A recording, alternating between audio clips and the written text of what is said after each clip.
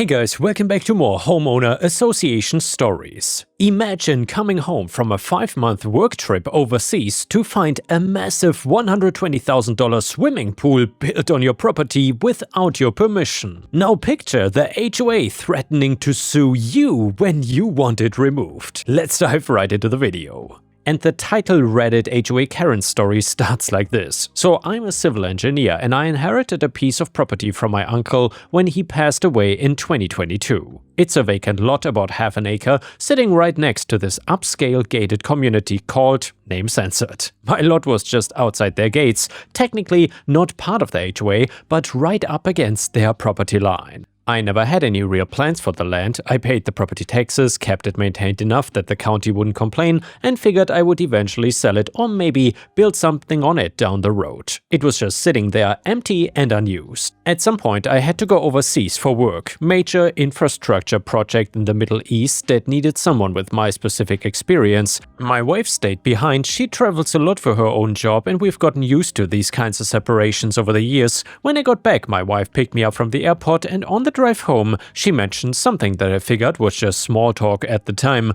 "Oh, by the way," she said, "did you work out some kind of arrangement with the HOA next door?" "What do you mean?" I asked. "They built something on your lot. I noticed it last week when I drove past on my way to the airport for that Chicago trip. I tried to call you, but with the time difference I kept missing you, and I figured you would see it when you got back anyway. I honestly thought maybe you had worked out some kind of deal with them." I had no idea what she was talking about. I hadn't spoken to anyone from the HOA, and I had not agreed to anything. The next morning I drove over to check on my property, and sure enough, there it was. A full-sized community swimming pool complete with a massive deck, outdoor showers, a storage shed and professional landscaping. The whole setup looked like it cost well over $100 grand on my property, on my vacant lot that I owned free and clear. I just sat there in my truck for a minute trying to process what I was looking at. There were people using the pool, families with kids, people lounging on deck chairs, the whole 9 yards. They had essentially built a community amenity on land that was not even theirs and nobody had bothered to tell me. I got out and walked over to the fence they had put up around the pool area. Some guy was doing laps in the pool. I called out to him, "Excuse me? Do you know who authorized the construction of this pool?" He stopped swimming and looked at me. "The HOA, I guess. Why?" "Because this is my property. This pool is on my land." He looked at me like I was crazy.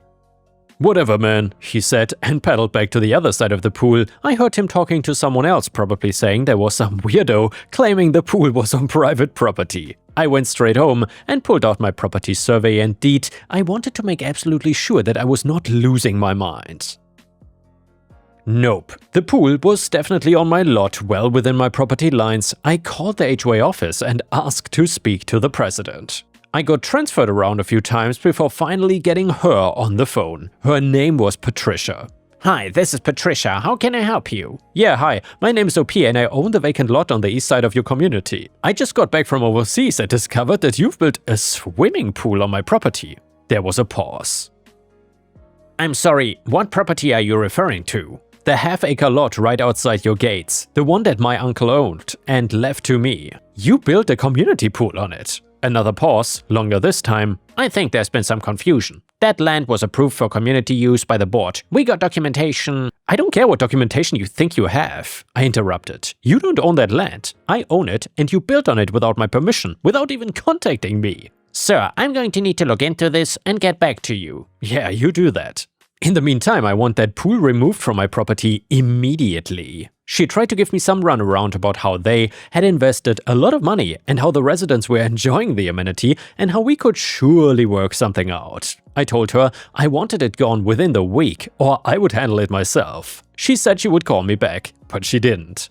And by the way, guys, if someone built a pool on your private property without your permission, what would you do if you were in OP's shoes? You know, when I hear these stories, I would always think the best way is to actually take over the property and then charge some kind of fee for it or whatever, because I mean, you already have a pool there. Might as well make use of it somehow. Let me know what you would do in the comments and please don't forget to post some star emojis and like the video if you want to support me. Thank you so much. Anyway, I started doing my homework. I'm a civil engineer. This is literally what I do for a living. I know building codes, I know permitting requirements, and I know how to document violations. I went back to the property with my camera, my notebook, and spent about 3 hours cataloging everything that was wrong with their construction, and well, there was a lot wrong with it. First, there were no permits. I checked with the county, nobody had pulled any permits for pool construction on that lot. That's a massive violation right there. The pool itself had serious safety issues too.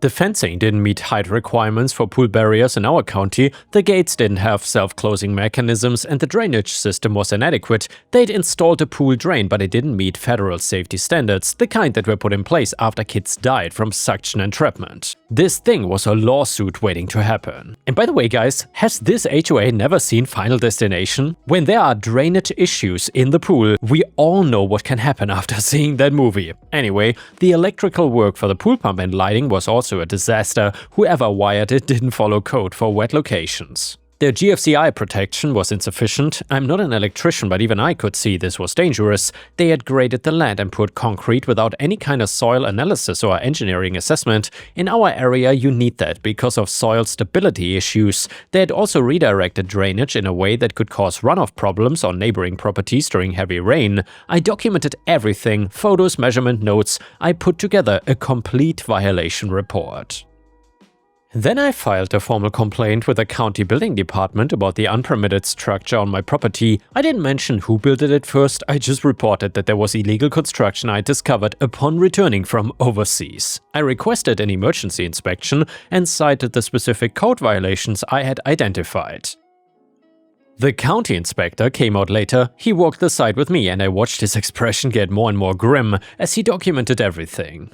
When he was done, he told me the structure would have to be removed or brought up to code, and that whoever was responsible for the construction could face significant fines. He issued a formal violation notice, and as the property owner, I received it, which was exactly what I wanted.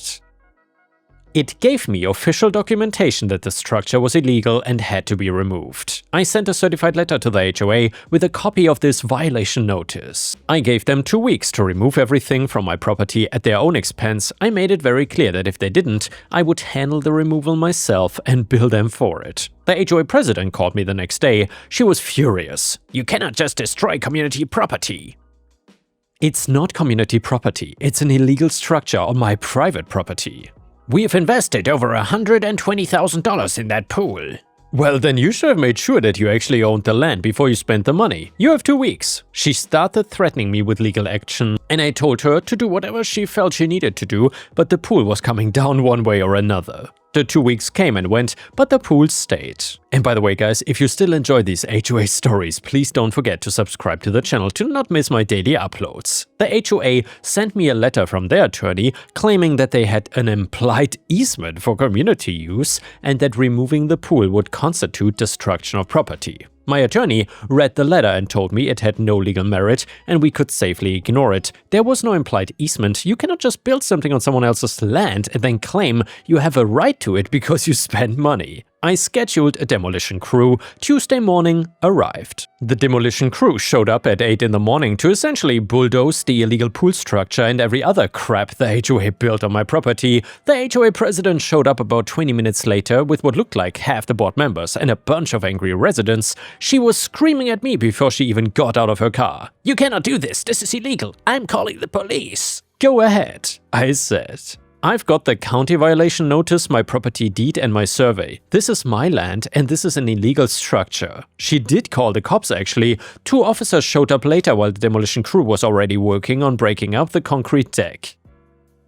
The HOA president ran up to them immediately. "Officers, thank God you're here. This man is destroying our community pool." One of the officers looked around and then looked at me. "Sir, what's going on here?" I handed him a folder I prepared with my property deed, the survey, and the county violation notice. This is my property. The HOA built this pool on my land without permission and without any permits. The county has issued a violation notice requiring the structure to be removed, and I am in compliance with that notice. The officer looked through the paperwork, he showed it to his partner, and they both studied the survey for a minute. The first officer looked at the HOA president and said, "Ma'am, this is his property. This sounds like a civil matter between you and him." "But we built that pool, we spent over $100,000. "Did you have his permission?" She didn't answer that one. The other officer asked me if I had the county violation notice. I showed it to him. He looked at his partner and shrugged. County says it has to come down. Not much we can do about that. The HOA president looked like she was about to have a stroke. The police officers basically told everyone to clear out and let the work continue, or else they would start citing people for interfering with legal construction activities. The demolition crew got to work, and in the end they hauled everything away and left the lot roughly graded. It was not pretty, but it was done. The whole time there were HOA residents standing around watching, and I could hear them keep talking about what a terrible person I was. Some guy kept yelling about how his kids loved that pool and how I was ruining the community. A woman told me I should be ashamed of myself. I didn't engage, I just supervised the work and made sure everything was documented. The demolition in total cost me about $8,000. I kept all the receipts, and 2 weeks later I got served with a lawsuit. Yeah, the HOA was suing me for destruction of property, claiming damages of over $120,000. They also claimed I'd acted in bad faith and requested punitive damages. My attorney was not surprised. Well, they've made this easier for us. We'll have a clear record of their bad faith when we countersue for legal fees. So we filed a response and a counterclaim. We sued for the trespassing, for the cost of demolition, for my attorney's fees, and for damages to my property value caused by their unauthorized construction and subsequent removal. The case dragged on for over a year before we finally got our day in court. I won't bore you with all the legal details, but the judge was not sympathetic to the HOA. The written judgment included findings that the HOA had committed trespass, that the construction violated county building codes, and that my actions were legally justified. It was pretty dry and technical, but it said everything we needed it to say. The HOA's lawsuit was dismissed and my counterclaim was granted. They had to pay me for the demolition costs, my attorney's fees, and additional damages. It was a really good payout. But here's the really satisfying part. At the next HOA meeting after the judgment, the residents voted to remove the entire board, including the president who had authorized the construction. It turns out a lot of people in the community were pissed that the board had exposed them to a massive lawsuit over a pool that was never legally theirs to begin with. I found out later that the HOA president had convinced the board that my lot was part of a gray area in the community boundaries and that my uncle had supposedly verbally agreed to let them use it before he died. What a total lie. She had apparently pushed the pool project through without doing any actual title research because she didn't want to spend the money on a lawyer. The new HOA president reached out to me about 6 months after everything got settled. She apologized for the whole mess and asked if there was any way we could work together going forward. I appreciated the apology, but I told her I was planning to sell the lot and wanted a clean break from the whole situation. And yeah, I ended up selling the property to a developer. I got a good price for it, ironically, probably more than I would have gotten before all of this happened because the legal case established very clear property boundaries and title. Some people have asked me if I felt bad about the families who were using the pool, and honestly, a little. I get that they didn't know it was built on stolen land, but that's not my fault. That's on the HOA board that didn't do their due diligence before spending community's money. I've thought about what I could have done differently, and maybe I could have negotiated some kind of lease agreement, arrangement, or sold them the land. But then again, the HOA came at me with threats and lawsuits right from the start. Instead of trying to make things right, they made their choice and I made mine. And yeah guys, let me know in the comments whether you think OP was an a-hole for what he did or not. I would clearly say that OP was an absolute legend and he probably could have pushed this even further. I think he was not tough enough, to be honest. Anyway, comment number 1, you're the a-hole and honestly you sound like a petty tyrant with a bulldozer. Yeah, legally you were in the right, but morally you're a monster. These were families enjoying a community space that had been there for months. Kids learned to swim in that pool. You could have walked over, introduced yourself like a normal human being and worked out a reasonable solution and maybe lease the land for $1 a year, maybe sell it to them at cost, maybe literally anything other than, surprise, I'm bulldozing your community pool because I'm technically right. Yeah, you had the power to be the bigger person and instead you chose to be the villain in everyone's story. Those kids crying as they watch their pool get demolished, that's on you, OP. Being legally right doesn't make you morally right. Comment number 2, everyone sucks here, but holy hell, what a dumpster fire. The HOA are absolute morons for building a $120,000 pool without checking if they actually owned the land. That is just mind-blowingly stupid. But OP, you are also an a-hole for going straight to the nuclear option. You came back from overseas, found a pool, and within like 2 weeks you are bulldozing the entire thing. You couldn't spare a month to see if there was a reasonable compromise. The HOA president was clearly an idiot, but you could have tried working with reasonable board members first, and yeah, those families using the pool were innocent bystanders who got screwed because both sides decided to be stubborn jerks instead of adults. Everyone lost here, except the lawyers. Comment number 3, NTA, and honestly, you're my hero. The absolute audacity of this HOA is just breathtaking. They built this pool on your land without asking, without permits, without even telling you, and then had the nerve to threaten to sue you when you wanted it removed. And then they actually did sue you? I'm getting secondhand rage just reading this. However, you handled this perfectly. You gave them chances to fix it, you documented everything like a pro, and you followed the law to the letter. The fact that some kids enjoyed the pool for a few months doesn't give the HOA the right to steal your land. Play stupid games, win stupid prizes. The cherry on top is that their community voted out the entire board after realizing what idiots they elected. Sometimes being petty is exactly what entitled a-holes deserve. And the next one is a beautiful malicious compliance story that you don't want to miss. Seriously, don't turn off the video, this one is super satisfying. It is titled, "You just want me to submit tickets, no exceptions? Okay." Hey all, been a minute since we had something happen in the pharmacy, but I had something come full circle after a few weeks and just had to get time to type it all up. So, back in October, we noticed our drive-through drawer was slowing down, and the last time this happened, it basically meant it needed to be cleaned and looped up again since we use it a lot. What we usually have to do to get any traction and action is submit a ticket online so it can be logged and hopefully worked on. Now I say hopefully because, well, the system is crap. You can submit tickets for anything, for software issues, slowness with internet, physical issues that have to be fixed, etc. But getting some action for 80% of anything you submit requires some luck and hopefully getting someone who wants to help you out on the other end. To counter this and make things go smoother, we would typically get in touch with management and they would check in on the tickets as well, so it would hopefully get taken care of sooner and not get higher on the severity list, which then may lead to an emergency and extra billing. We did have a great assistant manager that I could talk with and work together on this, and we had great rapport, but he left early November because the newish store manager of a year basically drove out a lot of the old staff with severe micromanaging and cock-blocking them on promotions, and she was a stickler on costs on the store. We asked to get 2 keyboards replaced and that was a headache as is, so since he was gone and it's just the store manager, I tried to talk to her about it and give her a heads up and was met with, "Just submit the tickets and resubmit if nothing happens." So just to make sure all was good, I copied the ticket number, sent an email, and copied my pharmacy manager on it. I made sure to resubmit the tickets and also ask, "So you don't want me to tell you verbally or on email from here on out about any ticket issues, pharmacy problems, or delays, correct?" And she replied back, "Yes," and so I didn't.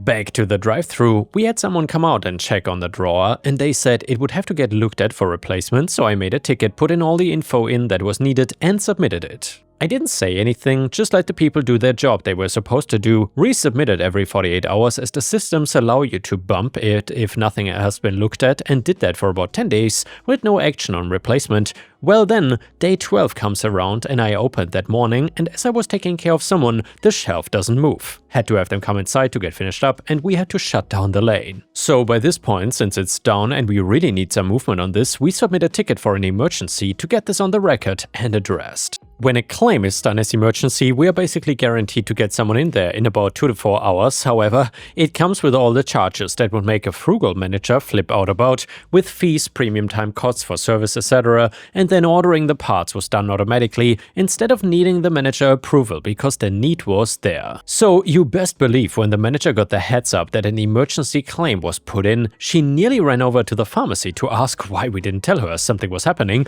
and I gently reminded her that she said herself in an email to not bother her with issues and submit tickets accordingly, and since it had almost been 2 weeks and we now cannot operate efficiently, we now had to take this route.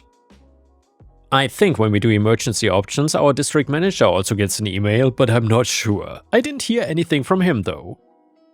And yeah, the fallout was a huge bill for the store, since the system we had to get replaced was from a company that initially put the system in when the store opened in the early 2000s. So they had to custom make this drive-through replacement because it wasn't the current model they produce, have multiple visits to prep for the install, and as a cherry on top, the store got to hear a lot of complaints about drive-through being shut down for so long, and if the scores don't look too good there, bonuses get lower too. I saw an invoice of some of the work and the guy who was working on things was chill, but I think he quoted the drive-through production around 25k cause they had to put a rush on it, and that's not adding in the service fees and more. So a fix that could have casually be started at the first ticket and followed up on and finished sooner and for less cost ended up costing maybe 3 to 4 times the amount just due to the fees. Needless to say, the store manager has now conveniently asked me a few times here and there if there's any tickets in the system that need to be looked at. She's not my boss anyway, but that email chain is definitely saved in case it needs to be sent to our district manager if she thinks she can blame me for something in the future. Anyway, moral of the story is take care of your crap early and listen to the workers and you will save money. And the next one is one of the best malicious compliance stories ever. It is titled "Security Made Us Show the Last 5 Photos on Our Phone." So, my coworker and absolute hero maliciously complied at security on one of our subcontractor jobs. This is his story. The customer was a manufacturer for high-end electronic components. Security was tight as a small 4x6 box could contain $250,000 worth of microchips. Our team was installing equipment in their facility for 1 week. A security checkpoint had to be passed every trip in or out of the building. Mr. Security Guard, Chad maybe, decided my coworker, Steve, probably, was more suspicious than the other 4 techs. So every trip in or out not only was Steve made to dump his entire contents of his backpack out on the table and go through it, Chad required Steve to show him the last 5 pictures taken on his phone to prove that he was not stealing secrets. This is all fine, except Chad lets everyone else through without any sort of inspection. Steve is trying to stay positive, but obviously this is eating away at him. Steve tries to be overly positive and also a bit snarky with comments like, "Thank you, Paul Blart, for keeping America safe," which busts up the rest of our crew. Then Steve has the idea that will free him the rest of the week. So Wednesday comes along, Steve is overly scrutinized on our way in as usual, and as we head to security at lunch, Steve says he has to go to the bathroom. He comes back out a few minutes later, absolutely giddy.